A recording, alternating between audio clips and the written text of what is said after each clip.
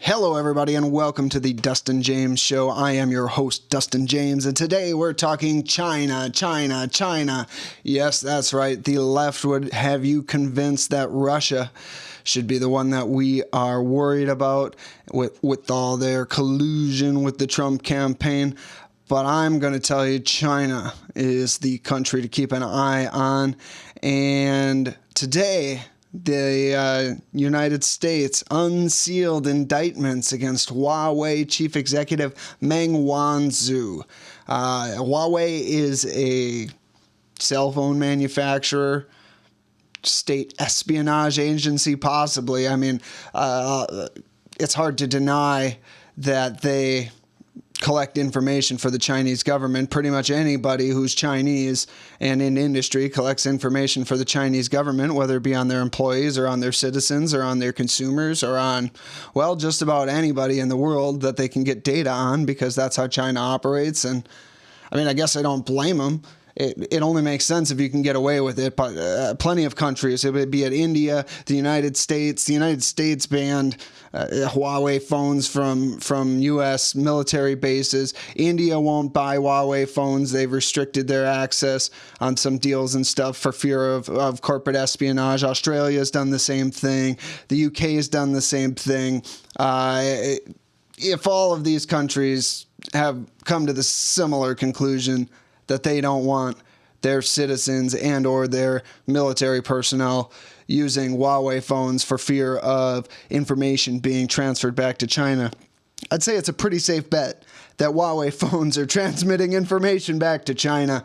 And now we have an indictment based upon this information. Let's see, now they indicted Meng Wanzhou for money laundering. They indicted her for corporate espionage and violating sanctions with Iran. That's right, they were doing business with Iran through U.S. banks, which is a no-no. We don't like those guys. They sponsor terrorism and the like. And what can I say? They stole a phone testing robot from T-Mobile. I mean, now this is the kind of thing that China's been known to do. If they can get away with it, they do it. And it's, at least to me, it's been made to seem like within their, I'm no expert on Chinese culture, but it seems to me that in a Chinese culture, it's okay to do this stuff so long as you can get away with it. It's a matter of that. They take corporate espionage very seriously. A lot of the stuff that they manufacture is literally just cheap knockoffs of what we produce in the United States or other countries produce around the world. And it's been this way for, well, decades. Since, I mean, the 90s is when China really started getting heavy into manufacturing. I don't remember, I saw the chart once of, China's economy, GDP flat, maybe rising slightly, and then just shoots up in the 90s, a lot of the way that Japan's manufacturing and GDP did in the late 70s and through the 80s. It's because there's a lot less regulation in China, and if you don't have to do the research and development on something and you just steal the plans, you can make it for a lot cheaper because you didn't have all the upfront cost. And this is the way that China operates, and it's not the only instances of. Don't get me wrong. I'm sure the United States and Russia and the UK and Australia and everybody's got spies out there doing everything, but nobody's blatantly ripping off corporate materials quite like China is, and they're throwing it in the face of whoever they stole it from, because they just begin manufacturing and undercutting them on the price. It's been that way for decades. And like I said, this isn't the only espionage China's been accused of, especially recently. Just a couple years ago, we had Dianne Feinstein, who had the Chinese spy right as her office manager. This guy worked for her for 20 years. She was a ranking member on the House Intelligence Committee. The person who's supposed to oversee the spies is getting spied on. Are you kidding me? And it's been alleged that there was selling of information to China, and it wouldn't surprise me, because once again, if they can get away with it, if it costs them a little bit of money to get the information that otherwise it would have cost them a lot of money to basically investigate, research themselves. If they can get it handed to them in a packet and they had to pay one upfront cost, well, they're saving tons of money, and they can manufacture whatever it was that they procured for a lot cheaper. Not to mention their wages are much lower. Their working conditions are much less stringent. They're famous for having suicide nets around their factories. I mean, this is what we're dealing with, and we're told we're supposed to be worried about Russia. The only reason Russia is even relevant is because they have nuclear weapons. Their economy is fractions of the size of Russia or China.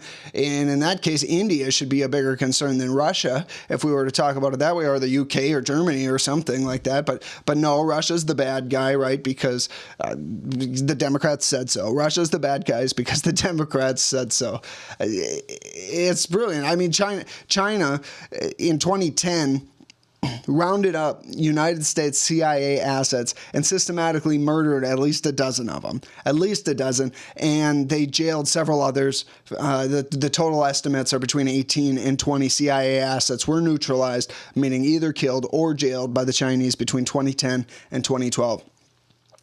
This was the biggest breach in U.S. CIA assets since Russia rounded up a bunch of spies, I think, in the 80s. And nobody knows how they found out who all these assets were. But if you'll remember, right around that time, we had a wonderful Secretary of State who was operating a wide open server out of a bathroom in a, you know, this is the craziest thing. It appears, like I said, this part's speculation, but it wouldn't surprise me at all if that server was up for sale, just like Dianne Feinstein's information was up for sale, just like they decided they were going to steal it if it wasn't up for sale. They don't play by the conventional rules, China, and if we expect them to, that's when they're going to take us to the cleaners. It's as simple as that, folks. China is the country we should be watching out for, not Russia. And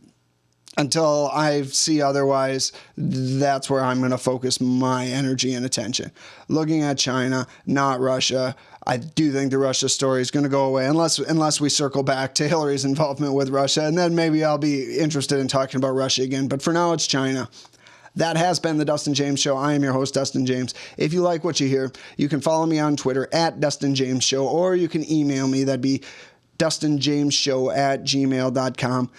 Please subscribe to the YouTube channel and share the video out if you can while we're just getting started. That really, really helps. Until next time.